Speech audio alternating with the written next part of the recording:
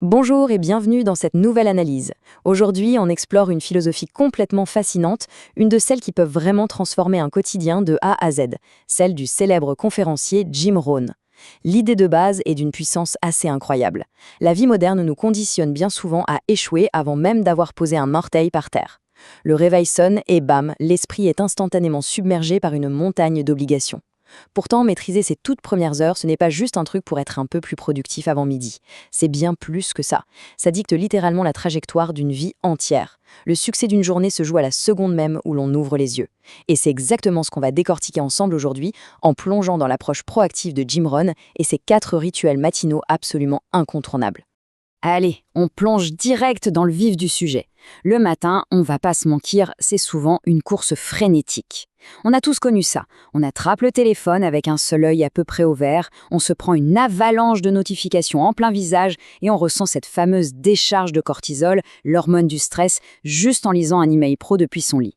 On passe son temps à réagir aux urgences des autres, on court dans tous les sens comme si le chaos dirigeait nos vies. Ça, c'est le mode survivre. Mais faisons pause une seconde, prenons une grande inspiration.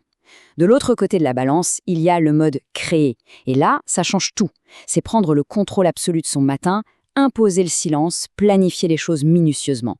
Bref, c'est la différence entre être une pauvre feuille morte balayée par le vent et être l'architecte serein de sa propre vie. Voici notre petite feuille de route du jour. On va d'abord comprendre le pouvoir du matin avant de détailler nos 4 fameux rituels, le silence, le plan, l'activation, puis la gratitude et la vision. Et on bouclera tout ça avec une auto-évaluation hyper pratique. Étape numéro 1, le pouvoir du matin, ce fameux changement de paradigme. L'histoire de Jim Rohn commence à ses 25 ans. À l'époque, il est complètement fauché, stressé à mort et sans aucune vraie direction. Et là, en observant les gens autour de lui, il réalise un truc troublant. Les personnes qui réussissent brillamment et celles qui n'y arrivent pas, eh bien, elles se réveillent souvent exactement à la même heure. La différence abyssale ne vient pas du réveil, elle vient de ce qu'elles font de ces premières heures. L'un prend la journée à bras-le-corps, l'autre subit. Ce déclic monumental lui vient de son propre mentor, Monsieur Martin, qui lâche cette phrase incroyable. Une personne sans discipline matinale est comme un navire sans gouvernail. C'est une métaphore parfaite. Son gouvernail, un bateau tourne en rond, poussé par le premier courant venu. Si le matin est laissé au hasard, la journée va dériver au gré des caprices du monde extérieur. Et ça mène inévitablement à la frustration. Le gouvernail, c'est la discipline des toutes premières minutes. Ce qui nous amène à la deuxième étape, le rituel 1, le silence, ou comment contrôler le bruit.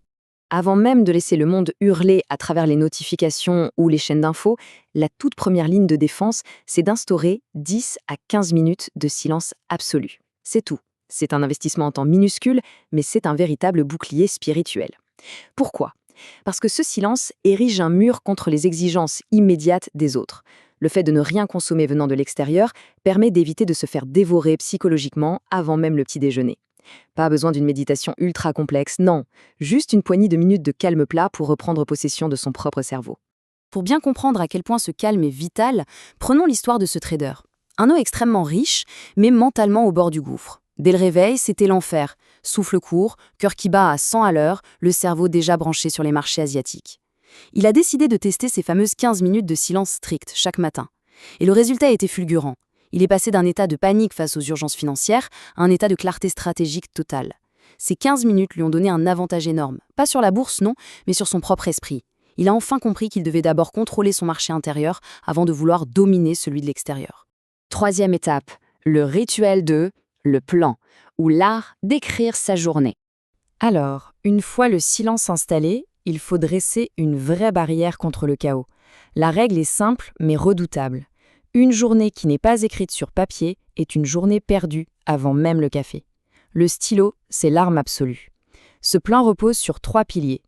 Étape 1, quoi faire, donc l'objectif concret. Étape 2, pourquoi c'est important. Et étape 3, comment l'exécuter. Et là, il faut vraiment insister lourdement sur le pourquoi. Le cerveau humain a un besoin vital de carburant émotionnel pour faire des trucs difficiles. Le pourquoi, c'est exactement ce carburant.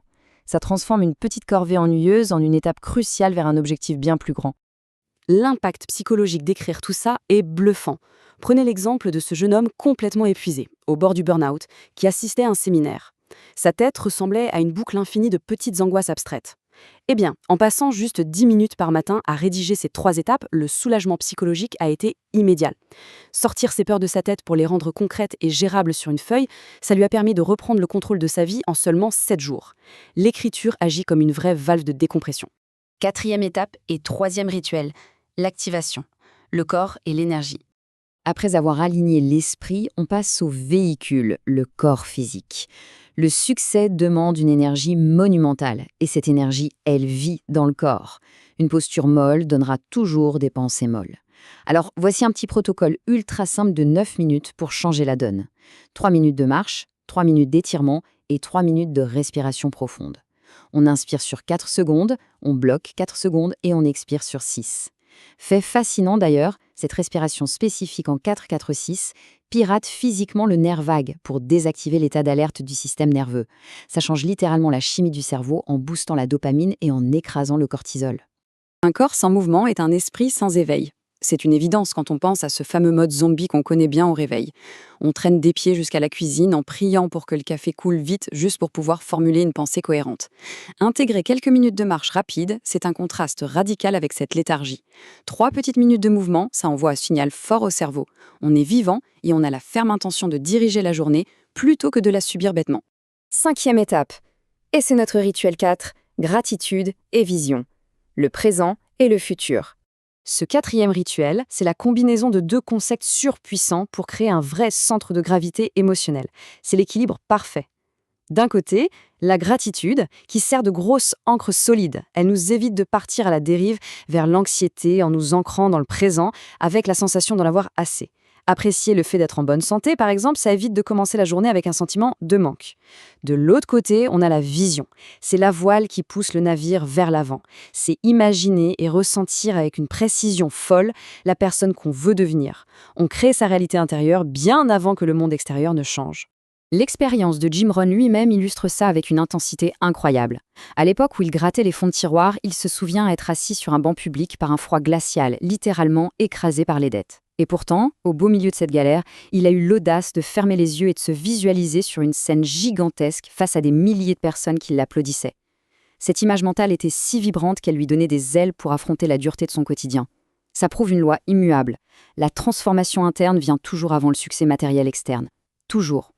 Et nous voici à la 6e et dernière étape, l'auto-évaluation, le fameux miroir matinal. Toute cette belle théorie, il faut maintenant la confronter à la réalité. C'est à ça que sert ce miroir matinal. Première question à se poser, en étant 100% honnête, le matin commence-t-il de façon consciente? Plonger tête la première dans des nouvelles déprimantes ou des messages pro-urgents dès le saut du lit, c'est une catastrophe. Ça conditionne les 12 prochaines heures à n'être que du stress réactif au lieu de démarrer sur une base centrée et silencieuse. Deuxième question, la journée est-elle planifiée avec clarté? Le piège de l'improvisation est géant. Si la journée n'est pas organisée autour d'au moins 3 tâches importantes et bien définies, on finit inévitablement par devenir un pion dans le plan de quelqu'un d'autre. Une journée sans plan, c'est juste une longue série de réactions aux problèmes des autres. 3e point de réflexion, et on repense ici à notre protocole de 9 minutes, le corps est-il mis en mouvement? Exiger de son esprit d'être au top de la créativité toute la journée en zappant l'activation physique, c'est exactement comme demander à une voiture de course de gagner un grand prix alors qu'on n'a même pas allumé le moteur. 4e, la gratitude est-elle exprimée avec une vraie sincérité? Attention, il y a un monde entre réciter mécaniquement qu'on est content d'être là et ressentir physiquement cette abondance au fond de soi. C'est sur cette émotion pure et authentique que se construit la véritable maîtrise de soi. Et enfin, 5e et dernière question, la vision de soi est-elle limpide? Si on utilise la métaphore du cinéma, est-on juste un personnage secondaire dans le film de quelqu'un d'autre? Il faut vraiment se demander si les actions qu'on lance à 7 heures du matin sont alignées avec le leader, l'athlète ou le parent incroyable qu'on rêve d'être à 19 heures. Pour conclure cette exploration, gardons bien une chose en tête. Le succès, ce n'est jamais un coup de chance tombé du ciel.